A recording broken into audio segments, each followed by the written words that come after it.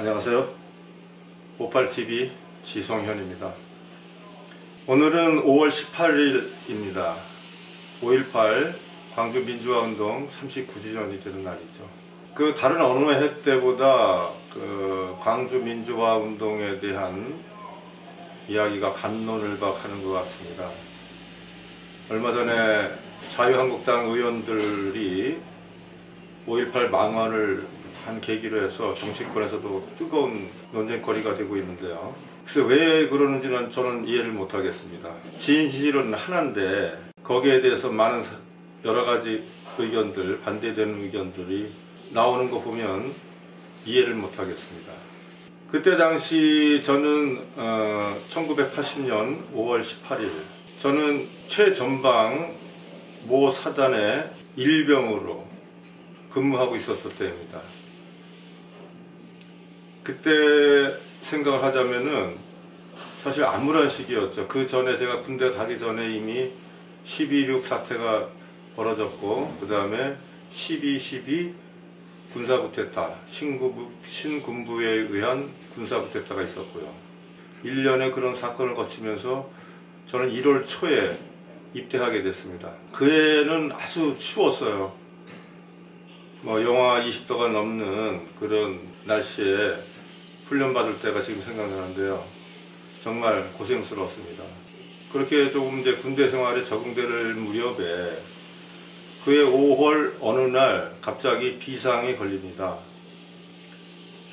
그 비상이라는 거가 이제 보통 훈련 기간에 내려지는 비상이 아니고 실전 비상입니다. 대프콘 3라는 그런 비상이 걸립니다. 저는 쫄병이니까 뭔지도 모르고 시키는 대로 완전 군장하고, 그 다음에 실탄 지급받고, 이게 무슨 일인가 했죠. 이게 무슨 일이 나긴 난 것 같은데, 정말 전쟁이 곧 일어나서 이제 재수 없이 내가 군대에서 드디어 전쟁을 맞이하고 여기서 죽겠구나 하는 생각이 앞섰죠. 그리고 나서 계속해서 그 상태는 뭐냐면은 쉽게 얘기해서 완전 군장한 상태에서 군화까지 신고 24시간 대기하는 겁니다. 침상에서 있을 때나 밥 먹을 때나 언제나 이 완전 군장한 상태, 완전 무장한 상태를 해제할 수가 없었습니다. 심지어 잘 때도 군화를 벗지 못하고 자는 그런 상태가 계속됐습니다. 그렇게 날이 하루 이틀, 일주일 이상 열흘이 지나고, 이게 왜 이런 상황이 벌어졌는지 사실은 저희들은 정보가 하나도 몰랐어요. 없었으니까요. 그런 정보를 접할 수 있는 기회가 없으니까요. 근데 어느 날 이제 소대장이 이제 편지를 쓰라고 합니다. 집으로 보내는 편지죠. 근데 이제 읽어주는 대로 받아 쓰는 편지예요. 그 내용이 뭐냐면은, 광주에 무슨 어떤 사건이 일어난 거예요. 그건 이제 알겠어요. 근데 내용이 어떻게 되냐면은, 전라남도 광주에 북한 간첩과 거기에 동조하는 세력, 그리고 거지, 불황아, 깡패, 사회에 불만이 있는 자들, 이런 폭도들이 소요 사태를 일으켜서 공공기관을 습격하고 무장을 하고, 그래서 혼란에 빠졌다. 거기에 대해서 우리 군이 광주로 들어가서 그 소요 사태를 진압하고 안정화시키고 이제 본래의 모습대로 돌아오게 됐다. 이런 내용이에요. 그러니까 부모님, 저는 군대에서 잘 있으니까 아무 사고 아무 일 없이 잘 있으니까 걱정하지 마시고 생업에 전념하시기 바랍니다. 뭐 이런 내용이에요. 그걸 받아 적은 거죠. 여러분 지금 그 나오는 얘기 어딘가 좀 많이 비슷한 점이 있지 않아요? 폭도 무슨 뭐 북한군 간첩 얘기 이런 얘기들이 사실 그때부터 등장이 됩니다. 저희들은 이제 군에서 아무 정보 없이 또 시킨 대로 할 수밖에 없었기 때문에 그런 내용의 글을 써서 집으로 편지를 보낸 거예요.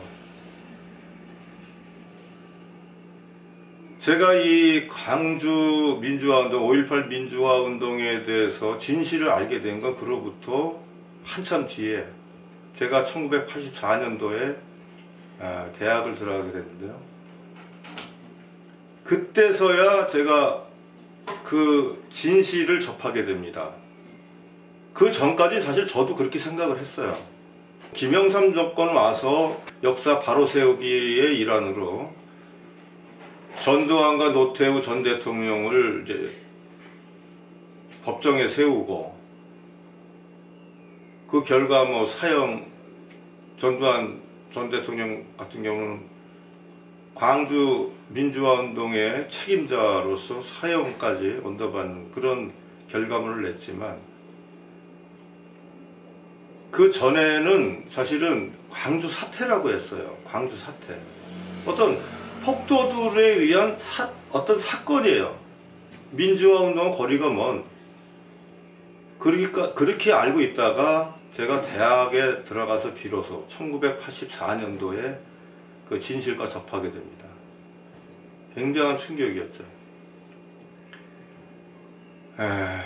어쨌든 지금까지 그런 그 진실은 하나인데 여러 가지 그 반대되는 입장에 있는 사람들이 광주 민주화 운동에 대한 진실을 왜곡하고 있는 현실이 안타까울 따름입니다. 사실 그때 당시에 우리 세대들은 다 대부분이 군대에 가 있었어요. 면제받지 않은 한 군대에 가 있었을 겁니다. 그래서 제 그 친구 중에서는 진압군으로 공수부대 혹은 육군 소속으로 광주의 진압군으로 간 친구들도 있습니다. 거기서 큰 부상을 당하고 지금까지 참 그런 상처를 받고 살아가는 친구도 있고요. 그 친구들한테 물어보니까 이 녹화를 하기 전에 전화를 했어요, 사실은. 근데 그때를 다시 그 되돌려 생각하기 싫다. 미안하다. 거기에 대해서 뭐 이야기하고 싶지 않다. 그 친구들이 두 사람이 다 그렇게 얘기를 하더라고요.